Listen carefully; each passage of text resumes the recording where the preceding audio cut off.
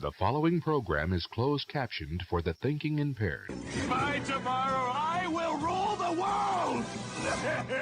You think he's gone? He's not gone. That's the whole point. He's never gone! Is this some radical new therapy?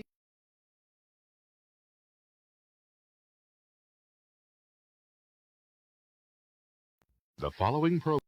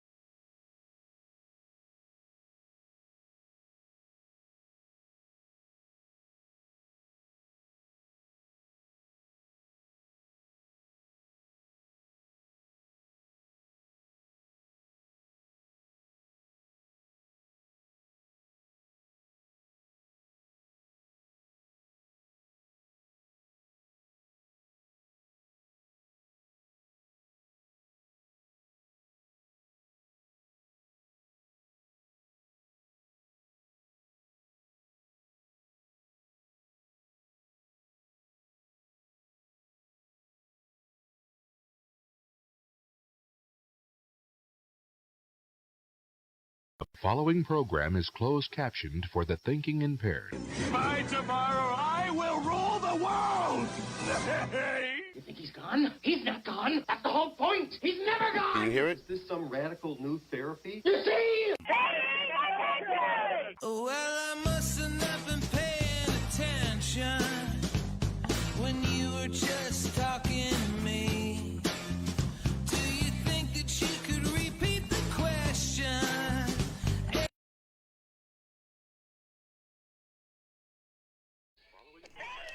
All right, here it is. Are we on? We're up. We're good. We're done. Yes. We're on. We're happening. Oh, God. We'll work it out. We'll work it out. Listen, Chrissy had this down She did for 7 years. She knew what she was doing. She came in every day, and we were just learning it all as we go. Hi, how you guys doing? My name's Tom Duggan with the Paying Attention Podcast. High atop Main Street, North Andover at the Valley Patriot Studios here at NCAM. I want to thank everybody at NCAM for helping us out, and we're trying to work out the kinks. We're trying to work out. You probably missed last week's podcast because we didn't go live. And what I did not realize was that by not going live, we went from averaging like 3,000 views a show on a bad show and maybe 10,000 on a good show. Because we didn't go live and we did it and post-production and then posted it from YouTube, most of you guys didn't see it because, unbeknownst to me, because Chrissy just managed all of my production and all at once, and I didn't know this, most of our viewers, can you pull my headphone set up just a little bit? Yeah, of course. Most of my viewers just a little bit. Oh, that's good. So most of our viewers here at the Paying Attention Podcast had set their settings to get a notification when we went live. And that's how they would watch the show. They would get a notification on a Thursday. We'd go live at 2. And then when they got home from work or sometime that night, they'd download it when they were running on the treadmill or whatever, right? And so because we didn't go live last week, and my intention was to never go live again, was to just record the show, then edit it, and then post it. We didn't realize that was, so we went to, our viewership last week was 87. Okay. Right, so we spent an entire show and 2 hours of prep because we had to figure out how, Chrissy made it look so easy because she just did it every week. And she got used to doing it. She had all the logins. Right. She had all the information. So we thought this was going to be easy, right? We thought, okay, that's no problem. We'll get on like Chrissy did and we'll make it work. And then it didn't. So our last week's show is up. And basically what we did was I went through the profiles of each of the Valley Patriot Bash scholarship winners. We also went through what all of the Valley Patriot Bash awards are, and we explained what the Bash is. Mm-hmm. So I'm just going to take 2 minutes to kind of encapsulate that for people because we are, what's 2? No, you said 2 minutes, so I'm going to count 2 all right, minutes. okay. I meant around 2 minutes. It's going to take me 2 minutes just to warm up. So the Valley Patriot Bash is so every year at the Valley Patriot anniversary, we started the Valley Patriot in March of 2004. And so the Valley Patriot's first edition came out on March 7th, which is my father's birthday. Now, my father, who was a policeman in Lawrence, killed in the line of duty, was beaten on March 13th in 1990. He died on the 16th, and we buried him on the 19th. And so by happenstance, we didn't plan it this way, but when we started the Valley Patriot, the very first paper came out on his birthday, March 7th. And so about 8 years later or 7 years later, when we decided to try and start doing a little charity bash, anniversary party for the paper, we thought, let's do it in his honor because it's March and it's the, he died right around St. Patrick's Day and he worked the St. Patrick's Parade every year. And let's just kind of merge the two things. And we gave out an officer, Tom Duggan Hero Police Officer Award to a local police officer who had done some heroic stuff.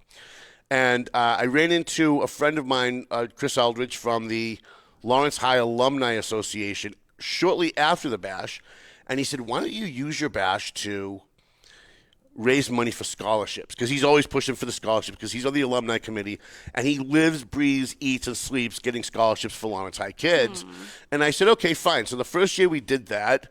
The second year we did that, and we raised $100. The following year we raised $1,000. We thought, wow, this is great. And then the third or fourth year, Jessica Finicaro from Thorne, who comes to the bash every year, said, Tom, you graduated from Lawrence High, but you went to the Voc your first 2 years. Why are you snubbing the Voc? Why don't you do one for the Voc and Lawrence High? Okay, fine. So we did that. The following year we raised, I think, $5,000. We split it between Lawrence High and the Voc. And this thing has grown year after year after year to the point where last year we had 8 scholarships. We gave out $58,100 was our total at the end of the year.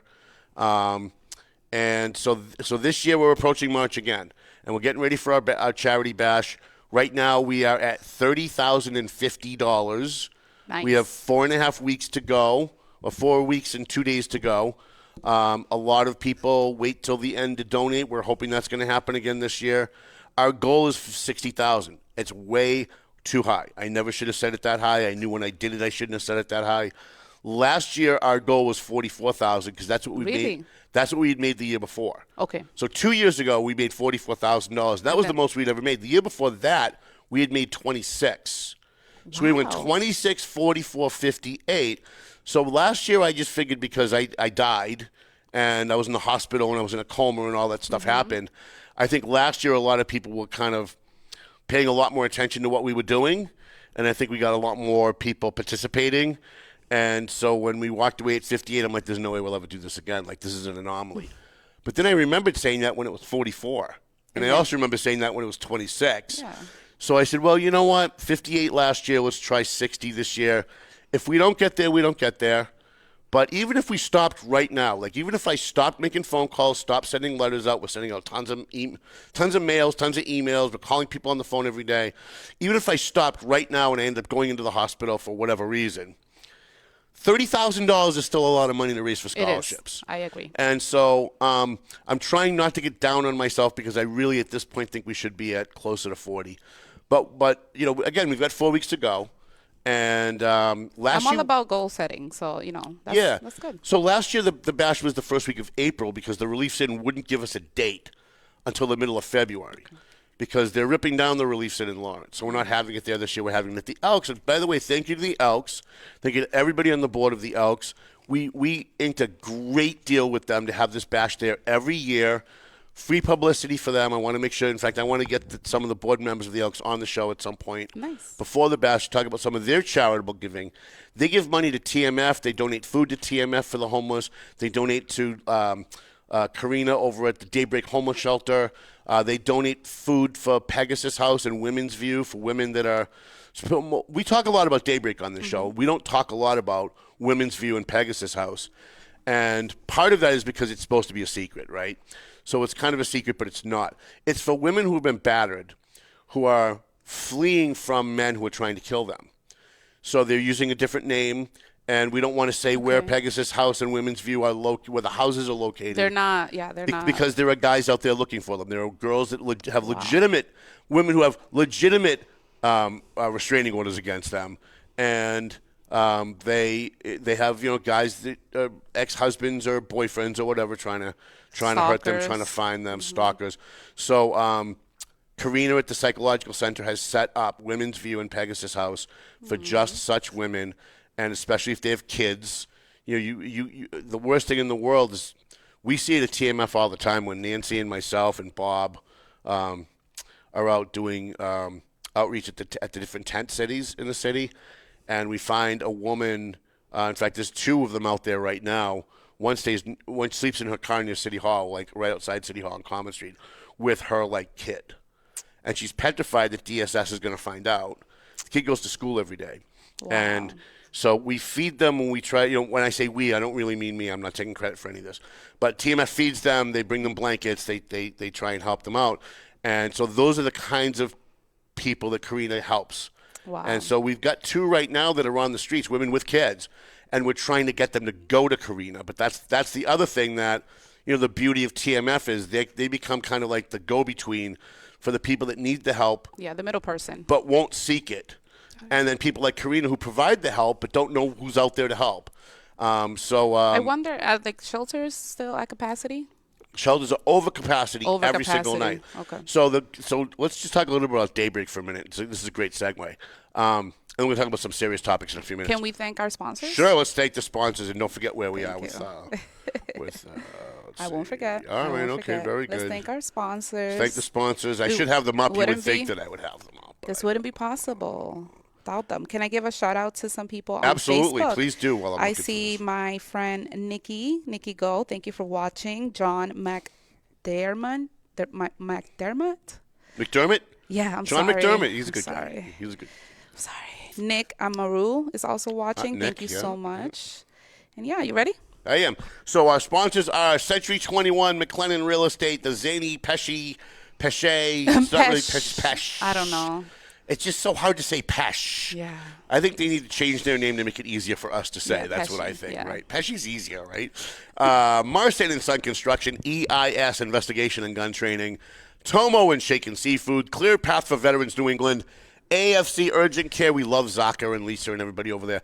Pleasant Valley Landscaping Contractors, and I think we got David Consoli coming on in the next couple of weeks.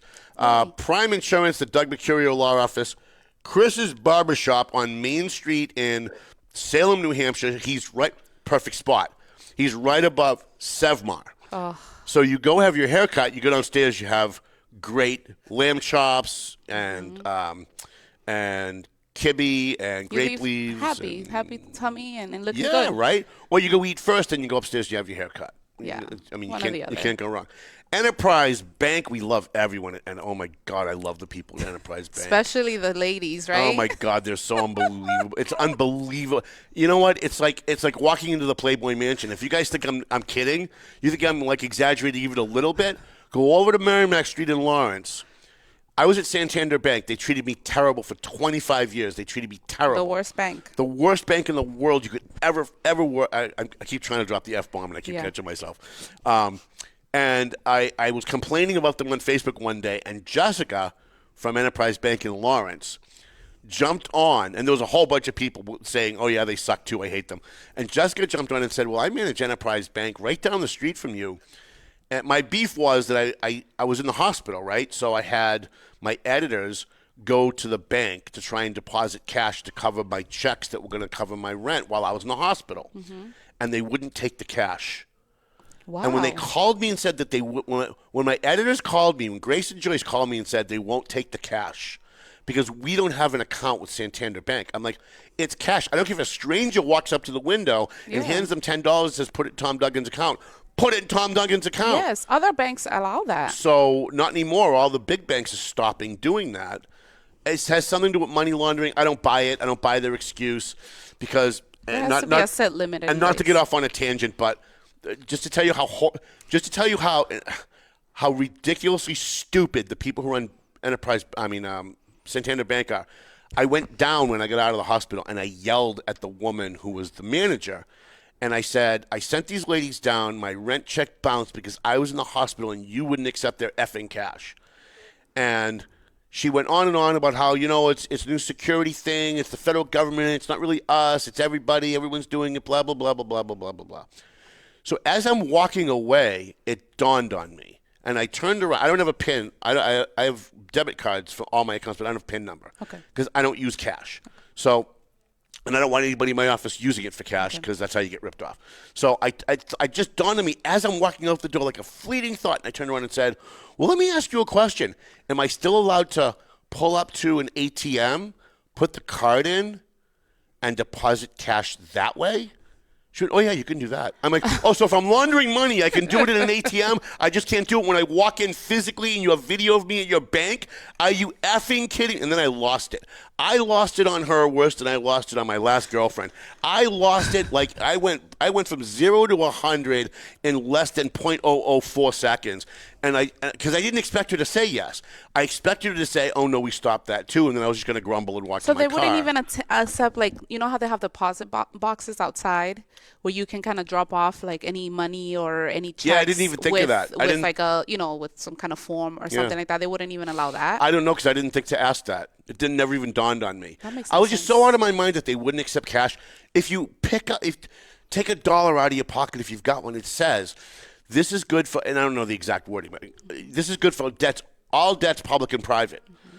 You can't not accept cash. It's like a thing. You can't not accept cash. Mm-hmm. And their answer was, well, we're not saying we're not accepting cash. We're just saying we're not accepting cash from them because they don't have a Santander account. So this was their way of trying to get the women who work for me who are going to deposit cash so my rent check doesn't bounce while I'm in the hospital. They wanted them to sign up for a Santander Bank account. That's how they're trying to coerce you to do business with them. That's what they're trying to do. So I said, F them. So anyways, I'm on Facebook. Yeah. I'm complaining about all this. Jessica from Enterprise Bank pops on and goes, hey, Tom, I'm right down the street, Enterprise Bank. You can send anybody you want with cash. We'll take it. And we'll take your cash and we'll never give you a problem about it. I said, you know what? I hate change. I didn't want to change banks. I wanted to threaten them to change banks and hope that they would cave. And they didn't cave. F them, I'm going to Enterprise Bank.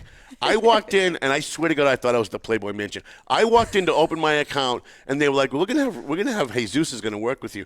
And I'm like, "No, I really don't want Jesus. I want any one of those women over there. Just pick any one of them. I'll be happy to work." They with wear them. uniforms? I was no, but they're all very well dressed, and they're all so incredibly professional. Because anyone who knows me knows I'm not professional at all. Yeah. So there's nothing professional about me at all. And so I'm in there and I'm making inappropriate comments. They're all laughing. They all thought it was funny. There was one girl in the back rolling her eyes, but I ended up winning her over later on. And I sat down with Jessica, and I transferred my 3 personal accounts, my 2 Valley Patriot accounts, and I canceled my Santander Bank credit card. That's how mad I was. And I started up a credit card with Enterprise, and Enterprise actually gave me a better rate and a higher amount on my card. Nice. A higher credit amount on my card. So shout out to Enterprise. So by the way, that's a good 5-minute Yeah. advertisement for Enterprise Bank. That's how much I love them. In fact, I love them so much they actually stopped advertising about 2 months ago because like they have like some changeover. They're changing to Rockland Bank. They just merged with another bank. So they're like, we got to come back for a little while. Stop for a little while, but we will come back. And I was like, you know what? You've been so good to me. I'm just going to keep running your ads for free. I'm going to keep you as a sponsor for free because you're managing all of our finances. You helped us with the bash last year. You all came, right? They gave money to TMF. And they look great. And they're awesome. So, like, I'm telling you, if you have TD Bank, if you have Santander, if you have any of these national banks, get the hell away from the national banks. They are raping you. They're raping you on fees. They're raping you on their regulations. Go to a small bank like Enterprise Bank. Yes. I was actually thinking of going to a credit union, and when Jessica just happened to hit me at the right minute when she posted, and I'm so glad she did. I'm so glad she did because I'd be somewhere else and I probably wouldn't be as happy. All right, who else do we have? We're still doing sponsors, right? We are? Okay. W3ON, 4-star lighting, and a free shout-out to our buddies at JG's Ice Cream because no matter how cold it is, it's always a good time for JG's Ice Cream. I hope they're going to come to the bash this year. Did you invite them? I haven't yet. Oh, we're going, yeah. Yeah, we have letters going out like this week, hopefully. So those will go on. So anyway, so you were asking me about Pegasus House and Daybreak, and whether or not they're at capacity. So Daybreak is a homeless shelter, and let me just give you like a flavor of how great the people are there. And even though nobody's perfect, everybody makes mistakes. I'm sure they get complaints, but they get reimbursed by the state for every person that stays there. Okay. Up to, I think, 44 people. So they have like 44 beds that they're legally allowed to get reimbursed for from the state. They're at 55 every night. Jesus. Okay. Okay. So they have way more. So if someone shows up and they're full, and they can find room on the floor with a sleeping bag, they'll let them come in. And they won't get paid for it. That's the thing. That's why I love Karina. And I know she has her detractors because she's always doing selfies, and a lot of women out there are jealous. But whenever I've called Karina, and I could tell you a million stories, but whenever I've called Karina, sometimes 2 in the morning, and said, listen, I got a guy, he doesn't even want to come out of the cold. You got to take him. Can you take him tonight? She takes the phone. 2 o'clock in the morning, she answers the phone. She's in bed. She calls over to Daybreak. She talks to whoever she has to talk to, and they take the person for the night. Wow. And they don't get reimbursed for anyone more than 44, and they're at 55 every night. By the way, there are 300 people sleeping on the streets of Lawrence. The homeless population is between about 280 and 300 on any given day. No, but I'm saying about that specific case with the mother and the child. Right. Isn't there like an emergency shelter where they can put her like in a hotel? Yes. But it is my understanding those are full. Yes, they are full. And I'm pretty sure Pegasus House and Women's View are also full. But if you could get one of these 2 women to go, there are people that will bend the rules. There are people like Karina out there. There are people who will post-date the paperwork to make it seem like they came on a different day or whatever to try and help them just to try and get them in. There are also networks of women around the Merrimack Valley, not just in Lawrence because there's a lot in Methuen, who it's kind of like the Underground Railroad. Yeah. So if they find out that there's a woman fleeing from her husband, her boyfriend, whatever, someone who's violent, just got out of prison, whatever, there are private homes that will take people in. That will take people in, okay. Especially if they have kids. And it will be a temporary basis. It might be a week with this family and a week with this family until they can find you placement. But there was a great network of people out there. The problem is getting them to go. The problem is getting the people out. We had the hardest time with Jeff, our veteran friend, that we finally got him off the streets. I shouldn't say we. TMF finally got him off the streets. We had the hardest time. He did not want to go. Like, he just didn't want to go. Steve Gonzalo, the same thing, another veteran, just did not want to go. For 2 years, we worked on Steve Gonzalo.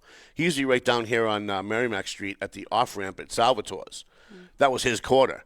And he told me he used to make upwards of $1,800 a week. Asking for money? Standing at the bottom of the ramp, $1,800 a week. And every single penny of it went into his arm. Every single penny of it went to heroin. And finally, Randy Carter and I from Clear Path, he was, I think, with Veterans Northeast Outreach back then. He's with the Bridge Club now. But Randy and I had worked on him and we took him out to eat. We set up a tab for him over at Eli's breakfast place so we could at least eat.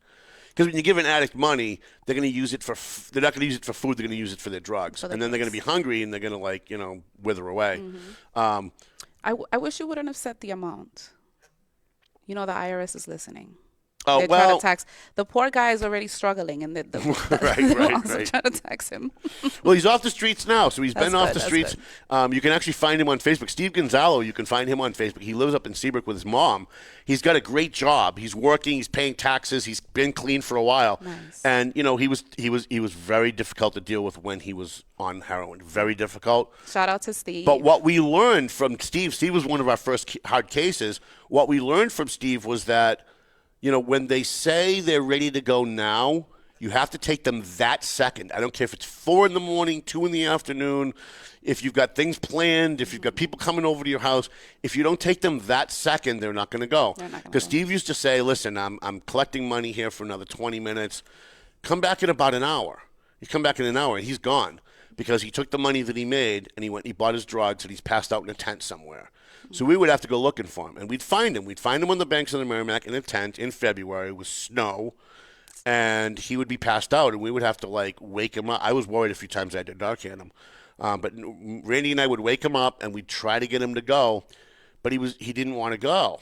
So what we learned from all of that was, A, get them when they say that they want to go right now and get them, or wait until they first get high. Like, if you can find them right after they inject, they feel right, and they're thinking clearly for at least the first few minutes, and then you can most likely get them. We've gotten a lot of people who said, yeah, come back, but then they're too busy trying to find their next fix. Yeah. Once they've had their next fix, if you can get them before they pass out, that's usually the best time to get them to get them to go. So you've got people like Karina and Daybreak, and I know people like Debo and Kelly are trying to take them down because anybody doing any good in the community, Kelly and Debo are trying to take down. This time we got them. Right. Yeah, this time we've really got them. By the way, not to swap topics, but so I got a call from City Hall a couple of days ago. Apparently Kelly and Crybaby Kelly and Dimebag Debo from Salem, New Hampshire, who pretend they're from Lawrence and tell everybody in Lawrence how to run their business, but they're really from a white community in Salem, New Hampshire, requested all of our invoices with the city of Lawrence. Oh. Because they're posting on Facebook all the time how I'm ripping off the city, and the mayor's giving me a payoff by buying ads, but overpaying for them. So I'll be like his, propaganda minister or something. Yeah. So there seems to be a lot of that going on in the city right now. Well, there is a lot of that going on in the city, and they tried to rope me into it because a lot of people are very unhappy about a lot of the expenditures going on. But I saw them coming 4 effing years ago, right? I knew 4 years ago when Brian DePena became the mayor of Lawrence, and he called me and said, it's not fair. Here's what happened. He called me and he said, Tom, he was only in office a week. He said, Tom, I think it's not fair that the city of Lawrence buys ads in Rumbo, but we don't buy ads in the Valley Patriot.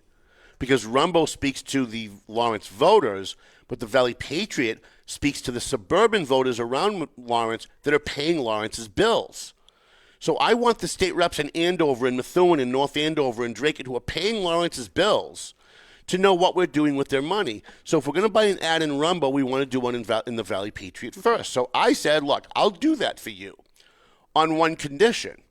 I don't want to make an effing penny on these ads because you know and I know at some point I'm going to piss someone off or you're going to piss someone off. And it's going to be a Debo or a Crybaby Kelly or it's going to be Dahlia Diaz or somebody else in the political ethos.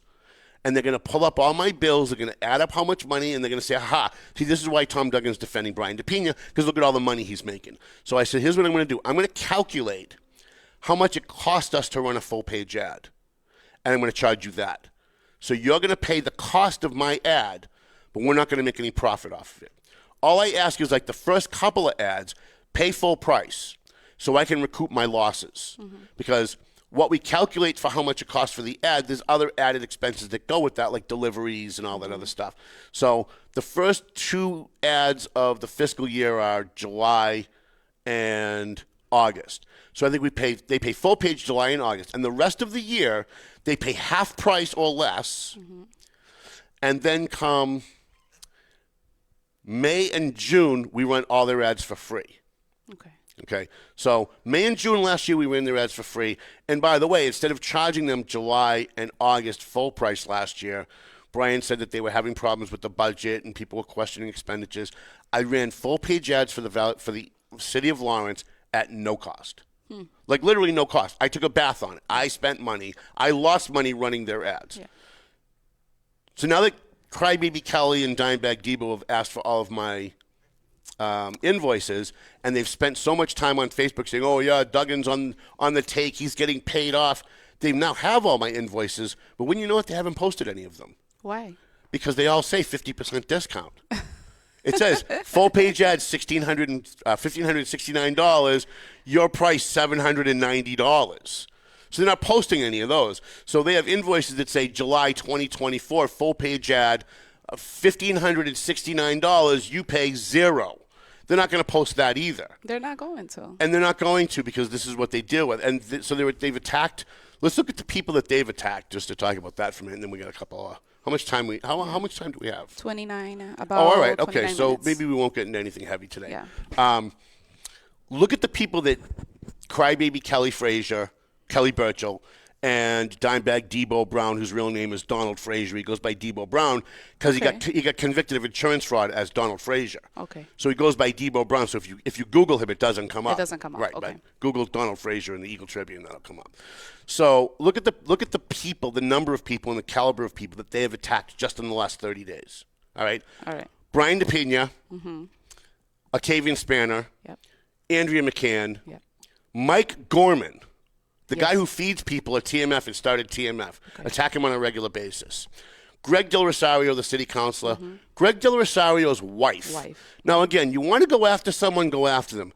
You go after their wife, you're a pretty scummy human being. There seems to be, I don't know if you followed some of the local Facebook groups and all of that. There seems to be a lot of conversations about Greg Del Rosario and his wife. I just feel like, why even bring her up in this situation? And I get that she's a city worker. Yeah. So if you can find that as a city worker she did something wrong, that's fair game. You can say, well, her husband's on the city council, she did something wrong.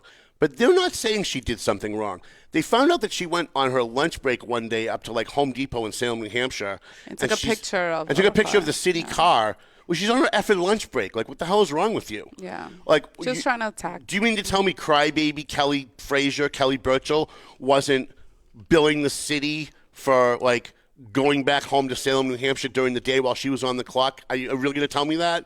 You guys are so pure over there in Salem, New Hampshire. That's the other thing. People in Lawrence follow these two, and they worship these two because they're stupid. They don't know any better. That these people don't live in the hood. They're not one of you.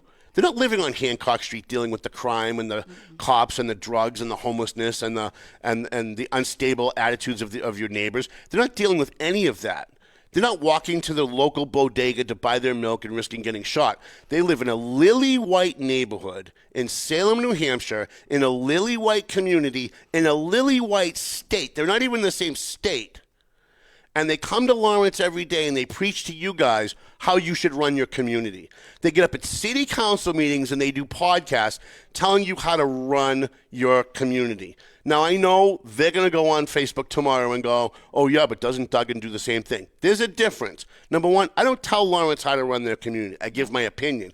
But secondly, I'm a news guy. Yep. My job is to cover Lawrence.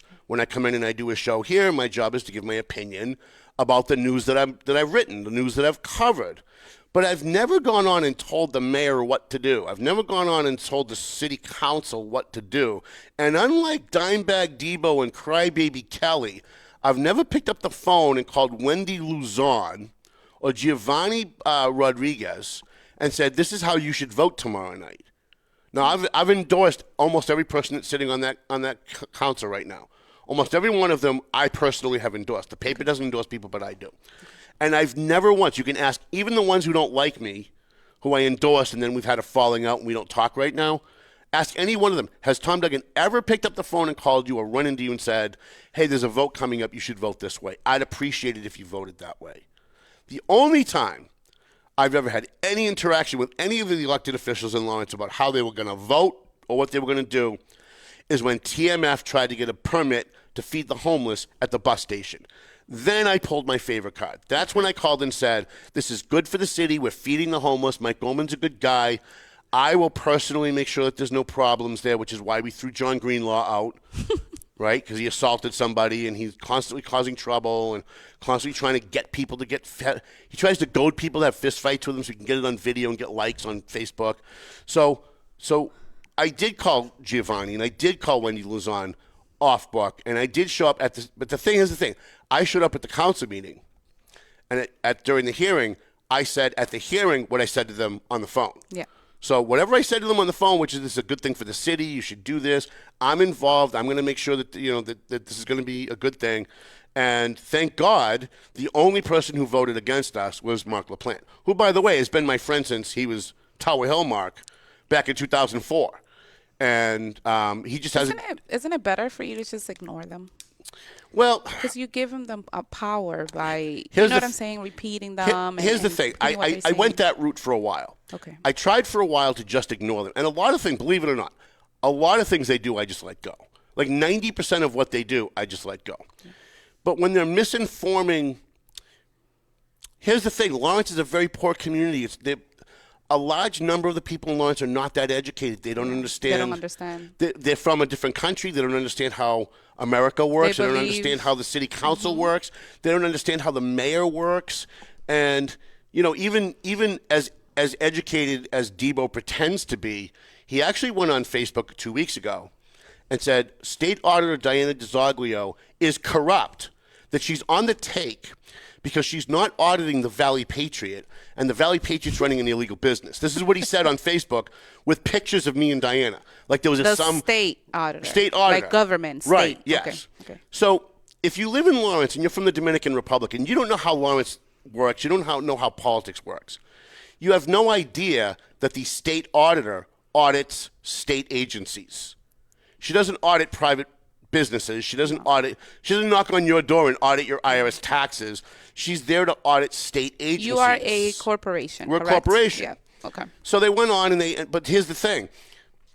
If I let that go, and I was going to let it go, you then have people running around Lawrence thinking that it's true because they don't understand how things work and they see it on Facebook. So if they want to go on and they say, like one day they said, we've got a police report that Tom Duggan tried to have sex with an underage girl one day, whatever. We've got the police report. It's coming. Get your popcorn. This time we've really got him. And, of course, they never had any of that. They just made it all up. When that stuff happens, I let that go. Okay. Because it doesn't matter, right? It's something that they just say, and most people just shrug it off and go, yeah, okay. But when they're misinforming people about how government works or how a certain elected official is behaving, I feel like that needs to be corrected because here's Diana DiZoglio in the fight for her life at the State House trying to audit state representatives and the State House because they have a secret slush fund to pay off women who have been sexually abused by state representatives. And she knows because she was one of them. And they have a secret slush fund, and she's trying to audit them, and she's got the hell of the entire Democrat Party coming down on her because they don't want her to audit them. They don't want it, yeah. And while that's going on, this scumbag in Salem, New Hampshire, who doesn't even live in Massachusetts, is on Facebook saying she's on the take, that she's corrupt because she's not auditing the Valley Patriot. We have this big illegal business that we're running, supposedly. So, when that happens, I feel like I have to address it. Yeah. And so I have the echo of what you said in my head every time I do. Do I really want to address this and give them more? Because give them power. Because they are attention whores. They really do everything they do just for attention. They're trying to get clicks. They do a podcast, and if they get 3,000 views, they think it's great. But they don't realize that most of the people following them are hood boogers like them.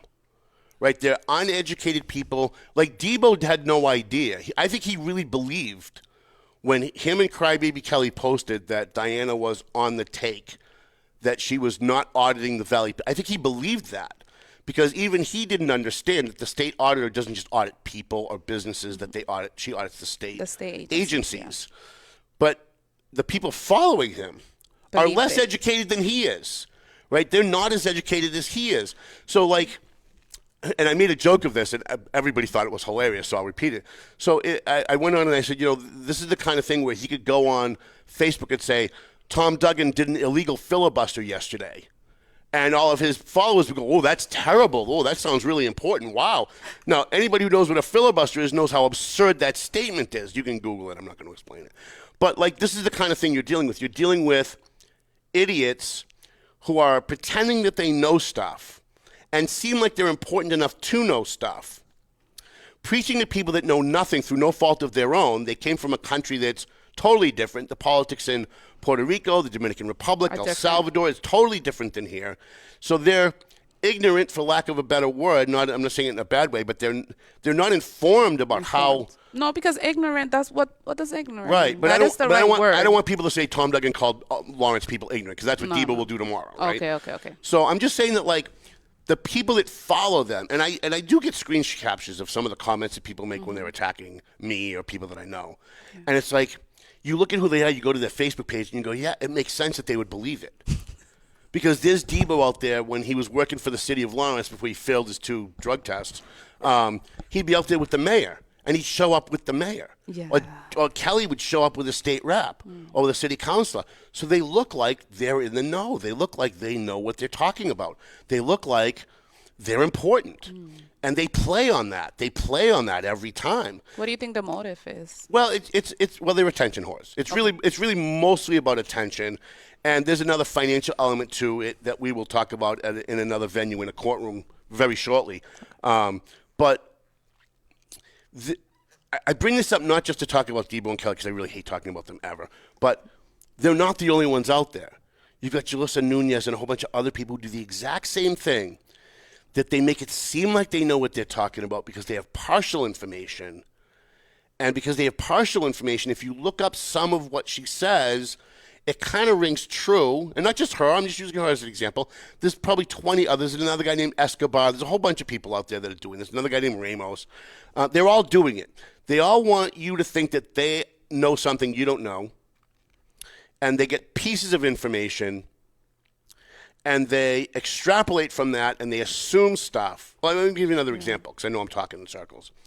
So the rumor, the thing that Debo started with, how the Valley Patriot is running an illegal business, right? He posted a thing from the Secretary of State's office that says in 2021, there was a mandatory dissolution order for the Valley Patriot. Now, if you don't know anything but that, it looks like, well, he was supposed to dissolve his company in 2021, and he's been operating illegal since then. So I get why Debo thought that, because he's an idiot. He doesn't understand how things work. And he wanted it to be true because it feeds his narrative that Tom Duggan's a piece of crap and he's wonderful, right? So he goes on Facebook and he posts that. Here's what he doesn't know, because if he just picked up the phone and called someone at the Secretary of State's office, this is what he would have found out. What was going on at the end of 2021? It was the end of COVID. Every company that was late on their filings had a 2-year grace period. So within 2 years, we filed our 2021 financials with the state, our 2022 financials with the state, and our 2023 financials with the state.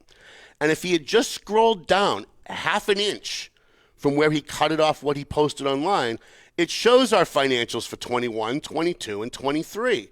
So if we were running an illegal business, why would the state take our 21, 22, and 23 financials and post them online, right? But again, because he had half the information, thought he knew what was going on, wanted it to be true, he goes on Facebook, he posts these ridiculous things, and because the people who follow him are generally not following me, they just believe it. They go, Yeah. oh, Duggan's running in the, oh, and it's the illegal bash. And because he's illegal, the bash is illegal, which means all the donations are illegal. And why is Diana DeZoglio going to his illegal bash with all these illegal donations? And all of his hood booger followers are going, yeah, why is Duggan doing that? That's unbelievable. Wow. I mean, next thing you know, he'll be doing a illegal filibuster. Right? Like they don't. I still don't know what that is. All right. So a filibuster is in Congress. You can stall a bill by talking and talking and talking, and there's no time limit. Okay. And you have a time limit to pass the bill. It has to be passed within a certain amount of time of it being filed. So if you run the clock out, the bill dies because you did what they call a filibuster. Okay, got it. Most people don't know what that means, right? So, but my joke was always that Kelly and Debo could go online and say Tom Duggan did an illegal filibuster, and they'd be like, "Oh, that's horrible. That sounds That makes sense. That sounds so terrible." But they're just using words they don't understand, and they get half of what's going on. They don't get the other half of what's going on, and that's why they're idiots. What's going on now? Can we talk a little bit about? I know this year's elections, right? Yeah, so we got city elections this year. Town elections are usually in the spring.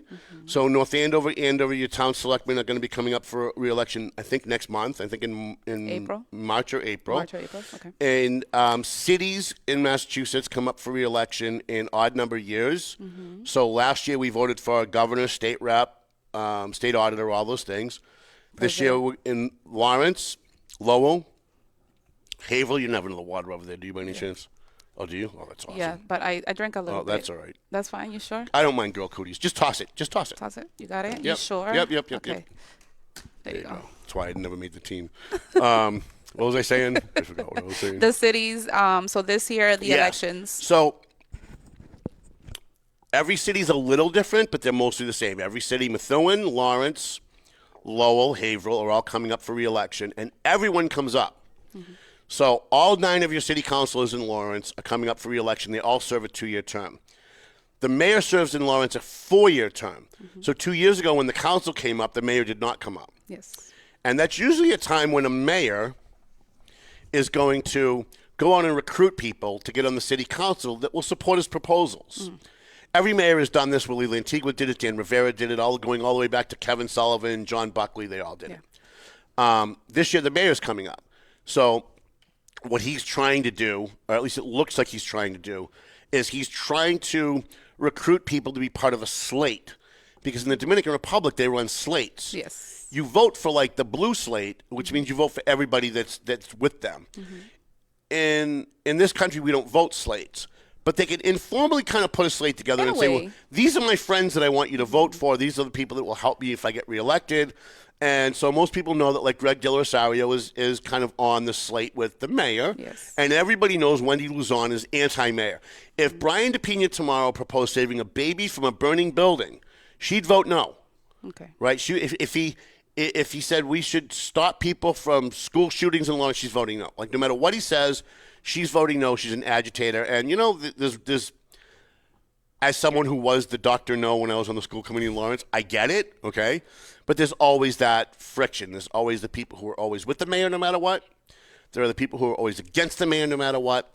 And then come election time, the mayor tries to get people on the school committee and city council that are going to, you know, help him get his proposals through. They're going to be more likely to listen to his side of the story. They're going to be more likely to give him the benefit of the doubt when things like, say, the Castro thing happens, right? So when the Castro controversy happened, Wendy Luzon was convinced before she knew one fact of the story, she was convinced that this was corruption. Because she hates Brian and she doesn't want Brian to ever get credit for anything, and anything bad that happens has to be Brian's fault. That's her role on the council. And by the way, there's a value to having someone like that. Like, I know that the people on the Brian side hate her so much it's ridiculous. Because I endorsed her, and they're all mad at me still for endorsing her. Every time I see Brian. She means well. Well, I think she doesn't mean well sometimes. I think sometimes she's just a naysayer. But there's still a value to having every city council has one, every school committee member has one, school committee has one, every legislature has one, a member or two who will just vote no matter what, or just vote yes no matter what, depending on who's making the motion. And in Methuen, we've got it. In Haverhill, we certainly have it. We even have it here in North Andover, although North Andover is a little different because they're a board of selectmen. So the mayor's coming up in November. And you've got Juan Manny Gonzalez, who I think we're going to try and get on for next week's show. Okay. Is a hero firefighter. He has the distinction of being one of the very few firefighters in the Merrimack Valley to have an Officer Tom Duggan Hero Public Safety Award that he got at our bash. Nice. He also got a Scott Clegg a Scott Clegg Public Service Award at a bash 2 years later, because of all the work that he does with Heal Lawrence. And someday we'll talk about Heal Lawrence. It's such an incredible organization, and he's one of the people that started it. Him with Wayne Hayes, and he's running for mayor. Yes. And here's what's interesting about that. And if Manny's watching, please take notes. All the people that are on Facebook now sharing all of Manny Gonzalez's posts saying that this guy's the greatest thing since sliced bread. We need Manny. Manny's our candidate. Manny's our guy. Are going to be the same people 4 years from now. If he wins. Yeah. Come January 3rd, Manny Gonzalez will be the friggin' Antichrist, and he will be worse than Donald Trump and worse than Adolf Hitler, and you just watch how that happens. But here's the other thing that's going to happen. Before that happens, what's going to happen is someone else with a very big name is jumping into that race. Okay. And it's someone that all of the people, the Debos and all these other people, the Julissas that are on Facebook pushing Manny every day, the minute this guy jumps in, they're all going to turn on Manny, and they're going to go with this guy because this guy has way more money, a better name, and has a chance of winning, has a much better chance of winning, like a much, much better chance of winning. In fact, the minute that guy steps into the race, he's the front runner. Not Brian. Really? No. The minute that guy jumps into the race, he's the front runner. And when is this coming out? I'm told that, I spoke with him this morning, I'm told that he's either going to make the announcement on this show within the next 2 weeks, Okay. or he's going to do it at the bash, which is why I'm trying to get Brian to buy his table now. Because we want to make sure that, like, he doesn't get word of it and not show up. I want to make sure I get his check first, right? So, but watch the dynamic. And by the way, today is March, February 7th, which 7th. happens to be the Dominican Independence Day. Okay, so mark it on your calendars the day Tom Duggan told you this. All the people, and I'm going to name them, Debo, Kelly, Sharon Birchall, Jalissa, Ramos, Escobar, all those guys that are on Facebook every day right now, every 5 minutes, thinking that this race is going to be Brian versus Manny Gonzalez. The second that this other guy makes the announcement that he's running, it's going to be Manny Gonzalez sucks. He's a nice guy, but he can't win. They're going to start pumping this other guy on Facebook every single day. They're going to be giving money. They're going to be showing up at his fundraisers. They're going to be holding signs for this guy. And poor Manny Gonzalez is going to be standing on a corner alone by himself.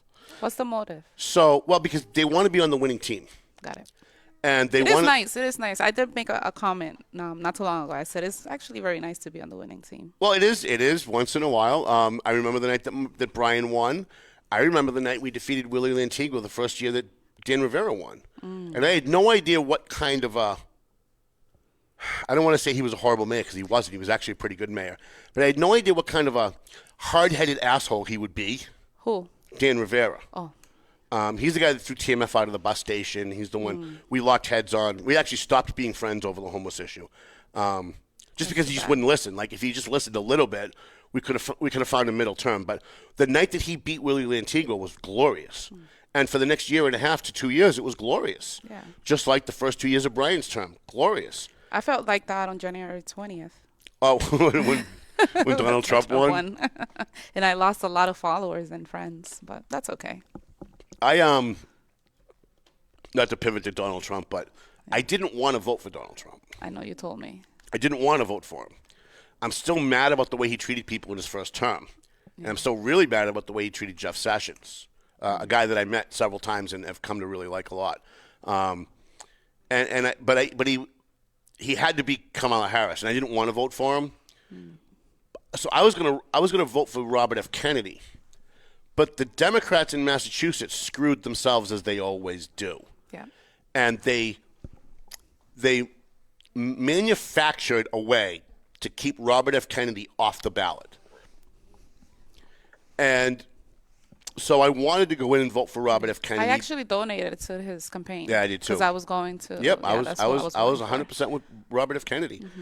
Who would have ever thought you'd hear Tom Duggan say he would vote for Kennedy, like, ever, right? for. Kennedys are awesome. Well, some of them are, but most of them are just total lunatics. I love the Kennedys. The last good Kennedy was Robert F. Kennedy's father. The Kennedys are a great family. They care about this country. Although I did in this state. They're from I did endorse the Kennedy that ran against Markey. He turned out to be a scumbag too, though. The younger guy. Joe Kennedy? The younger guy, I forget. Yeah, I can't remember. He didn't win. No, and then he turned on his uncle, and that just kind of soured me on him because any member of your this happened to me when I ran for school committee. I had a member of my family, not a close member of the family, but still a member of the family, and everybody knew that they were related to me.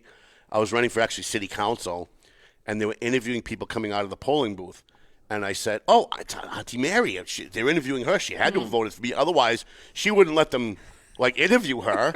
And they were like, "So, who'd you vote for mayor?" And she's like, "Sullivan." "And who'd you vote for city council?" She went, "Miller."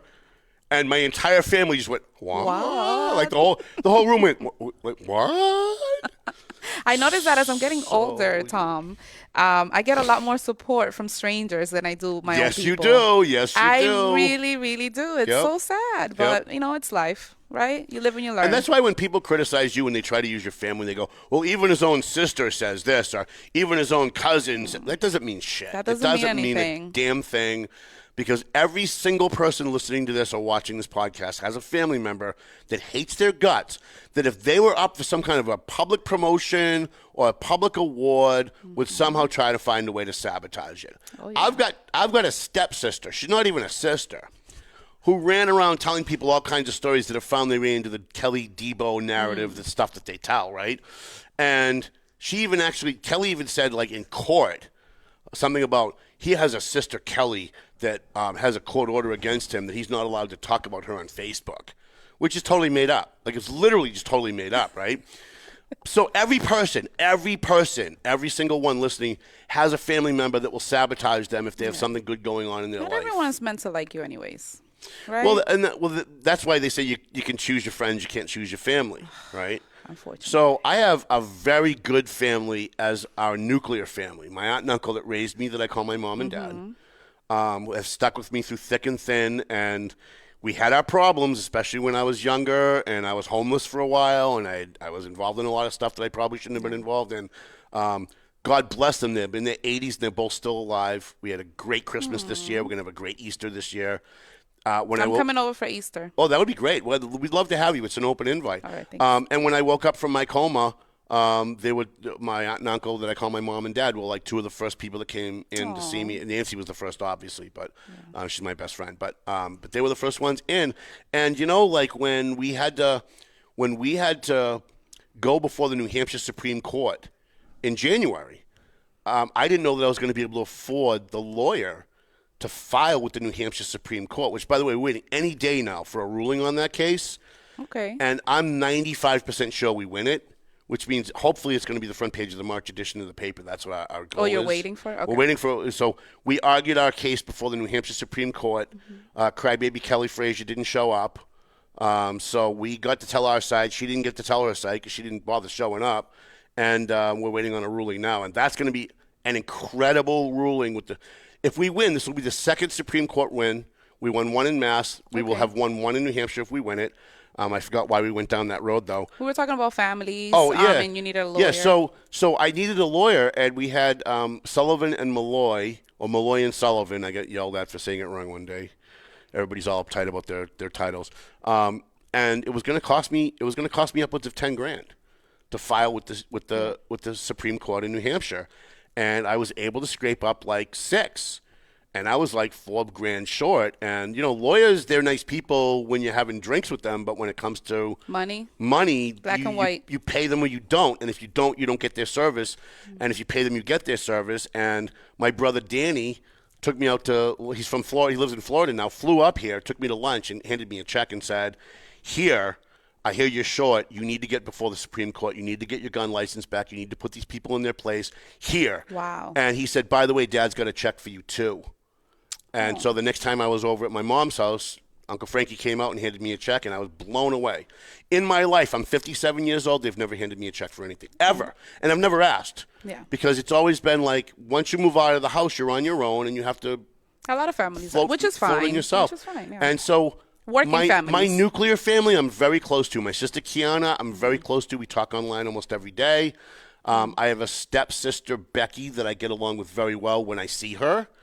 And then all of the others, you know, my dad was married twice, so he had 2 kids with his second wife. One of them I talk to, one of them I don't. My real mother got remarried twice after my father. She had 5 kids. They're all over the country. I don't know them. Every once in a while, one will pop up, send me a text message, and go, "Hey, how you doing, bro?" And real quick, funny story. I was on my way to a shooting in Lawrence, and I was live on Facebook, and the scanner's going, and I have like 5,000 people following me because I had announced it, like we're on our way to a shooting. Shots fired, Arlington Street. I'm on my way, and I see a name comes up, and the guy goes, "Hey, what's up, bro?" So I said, "Hey, John Strapero, how you doing? What's up, bro?" And then it clicked, Straparo. That's my real brother's name. So as I'm driving, I scroll back on my phone and I look and I went, "Holy crap! You're actually my brother." No, you didn't. You were not driving. You pulled over. Remember? Right. Oh yes. You I pulled over to make sure I was safe. Yes, and then you scrolled I said, through your "Yes, phone. it's exactly right." And then This is why I need happened you to around. make it Yes. in Arlington. To Arlington. And so I was like, "Listen." The minute I go offline, I said, "Send me your phone number." And he was living, I think, in like Kentucky somewhere or Maryland. And I literally had not talked to him in 30 years. Like the last time I had a conversation with him was like 30 years ago. So I have a small nuclear family. We all support each other. We all love each other. Then there's all these peripheral people that when they're around fine. Some of them we want nothing to do with. I have cousins that I want nothing to do with. Yeah, same. I have third cousins and fourth cousins I want nothing to do with. I love my family. Big shout out to my big family, Castillo, Acevedo. I love you guys. Well, I knew your. Is it your dad or your uncle? My uncle, Johnny. Oh, Johnny Castillo is Johnny the best. Castillo, yeah. So Johnny and I worked together at WCCM way back in 1999. Jesus. 1999 was when, and he lived across the street from me on Abbott Street. I understand he still lives there. Yes, he does. And so I lived on Abbott Street. I can't remember the number I was at. Is it I was like Abbott? 148. I think it was like I don't 148, 146 maybe. I know how to get there. And he was It's on right Old across Street. the street from me. I used to see him and his wife all the time. Such a great guy. Yeah, Johnny is, anyways. he's a great guy, and he always gives me great advice. It's always great to have conversations with him. By the way, the sexy voice you're listening to is Intern Girl. And Nancy keeps calling you Carla. No, she keeps calling you Carly. She keeps calling you Carly or Carla. And I'm like, who's Carla? Like every time she says it, I'm like, because my Who is brain that? just doesn't accept the information. Yeah. Like, who's Carla? And Well, I she's told her to say Carla because she was having a hard time saying Carlota. Carlota. Or Carlota. Or All Carlota. right, Carlota Castillo. How are we on time? We're way over, I bet. Yeah, we are way over on time. Why don't we thank our sponsors? Where are we on time? Frighten me. We are an hour. We're 3 an hour? minutes. Yeah. We're gonna have to break this up. Yeah. All right. I haven't even looked to see if anybody's following us on Facebook. Hopefully we have people following us. Yes, I am Oh, right we here. do? I'm looking. All right. Yeah, Okay, yeah. very We have a lot good. of people. We have Sue. I don't know how to say the last name. All right, okay. But thank you guys so much. We have 9 watching right now. So Yeah, that's so great. after the show, we're going to post this on YouTube. We're going Mm-hmm. to try and get it up on all the audio platforms. I couldn't do that last week. Okay. Chrissy gave me the passwords, but I couldn't figure out how to do it. I'm going to Try your best. put time aside tonight. I'm going to take time away from scholarships to do that, get it up. And I want to thank, by the way, I did this last week, but since none of you saw the show, let's end the show with this, and then I'll read the sponsors. We want to thank everybody at North Andover CAM for hosting us and for allowing us to have the Valley Patriot studio here. And, I miss Dave Garofalo. Dave and I have a great relationship. Chrissy, her band is doing so well that she didn't want to do producing anymore. She wasn't making enough money doing it for the time she had to put in. Yeah. So she gave her notice, and then Dave came to me and said, I think I'm not really making any money on your show, and I haven't really said anything for the last few years, but I actually lose money on your show. When I had 10 shows here, I was making money, but you're the only guy that's left. Yeah. After COVID, everybody found a way to do their own show in their basement or, make their own podcast studio in their dining room, right? Like mine. And not pay the fee to rent out a podcast studio. Yeah. And so I tried to negotiate with him, offered him a little bit more money, and he was like, listen, Tom, just for insurance alone, you'd have to triple what you're paying me in order for me to even break even. Wow. And so I was like, well, my sponsors can't afford that. I certainly can't afford that. So we called Brian over here at NCAM, which is literally on Main Street. We can look out the window right here and see the Valley Patriot office. So we're high atop, actually Golden Seal, we're high atop Golden Seal Apothecary, which is the, what's another word for apothecary? What's CVS? I don't know. Pharmacy. It's a pharmacy. Oh, pharmacy. Yeah. Oh, wow. Yeah. When you get old, you lose those Farmacia? words. Just go. Yeah. Okay. And they're ready. We've told them, like, listen, you're going to get complaints. And they were like, yeah, people say that. I'm like, no, you don't understand. These people are rabid and they're insane. The people who hate me are rabid and they're insane. And they're going to come in. They're going to show you legal documents. They're going to demand. They're going to offer to picket, and they might actually picket. They picketed Dave Garofalo. But you know what Dave did? Dave handled it great. Dave went out and told them all to go F themselves, get off my property, I'm calling the cops and having you trespassed. And so they had to go out onto the sidewalk, and they didn't want to be on the sidewalk. They wanted to block people from going in, so they just left. They just walked away. They just left. So Dave and I have a great relationship. We still talk. I feel bad that we're not there anymore. I love that studio. It was the most beautiful studio you're ever going to see. The studio here is great. I'm not putting it down. I'm just saying, you know, I mean, it was the Cadillac of, it was a better studio than Channel 7. I've seen the Channel 7 news studio. And the podcast cafe at Two Guys Smoke Shop is better. Like, really? It just is. Yeah, he spent a lot of money on that. So I want to thank Chrissy for 7 years of great podcasts. Yay. I want to thank Dave, and I'm going to leave you with one more thing, and then I'm going to read the sponsors. I wanted to really get into this a lot today, but we didn't have time. We just kind of ranted about other stuff. That's fine. I got notified on Facebook last week that Facebook Live is going away, so you're going to be able to still go live, but any of your lives that you have up online on Facebook will be deleted by June. So we have 7 years of podcasts. And everything will be deleted? Everything will be deleted. Okay. Everything. All of your lives. So when Mike Gorman goes live at TMF every Wednesday night, he's got 6 years of lives. They're all going to be deleted. Yeah. So I would look into it and maybe reach out to, customer service or something like that. They might have some loopholes. Or something. No, there isn't. You tried? No. I never take no for an answer. So I have 7 years of podcasts. I interviewed Donald Trump live on Facebook Live. I've interviewed Marco Rubio live. I interviewed Chris Christie live. Brian DePena when he was running for mayor. Willie Lantigua when he was running for state rep. We've got some real historical stuff that we've done. Live at shootings on Arlington Street, fires on Lawrence Street, accidents on Lowell Street. I use live Important a lot. Stuff, yeah. We use live a lot. So from now on, when you go live, it will only save it for 30 days, and then it will be deleted, which means this show will be deleted. So we're going live today, but we're going to actually have to post it on YouTube, Rumble, and the other one that we're on, Substack, and hope that our audience slowly migrates to them. So this is going to be up for 30 days. This podcast right now will be up for 30 days. So it's the 27th of February. So by the 25th or 26th of March, before the bash even happens, this will be gone. This will be gone.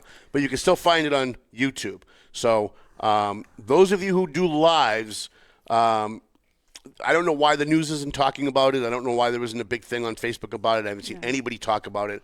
Well, there's a bunch of other things going on. The $5 million green card and all that. But Donald Trump's been very busy. He's kept the news very busy. Oh, yeah. All right. Why don't you roll up Melvin Taylor for the end of this show song, and we'll thank our sponsors again. We won't spend as much time on Enterprise Bank. We love them. It's playing. It is? I don't hear it. All right. I know. Century 21, McLennan Real Estate, the Zany Pesci Law Office, 4-Star Lighting, W3O, and Enterprise Bank, Chris's Barbershop, the Prime Insurance, Doug Mercurio Law Office in North Reading. Call my buddy Doug Mercurio. He's a good guy, and I think he's coming to the bash, too. Pleasant Valley Landscaping Contractors, AFC Urgent Care, Clear Path for Veterans New England. We just signed another 3-year deal with Clear Path. We love them. Tomo and Shaken Seafood, the best hibachi and best sushi around, and EIS Investigation, and finally, Marsated Sun Construction. Thank you, and of course, a free shout out to JG's Ice Cream because I love those guys. The ice cream's really good. So. Sounds like Melvin Taylor says you got to go home, although I can't really hear it, but I'm going to assume that it sounds like that. Yeah, it's about almost done. All right, so That's then fine. go home already. All right. Go home Thank you, already. thank you, thank you. Which camera am I looking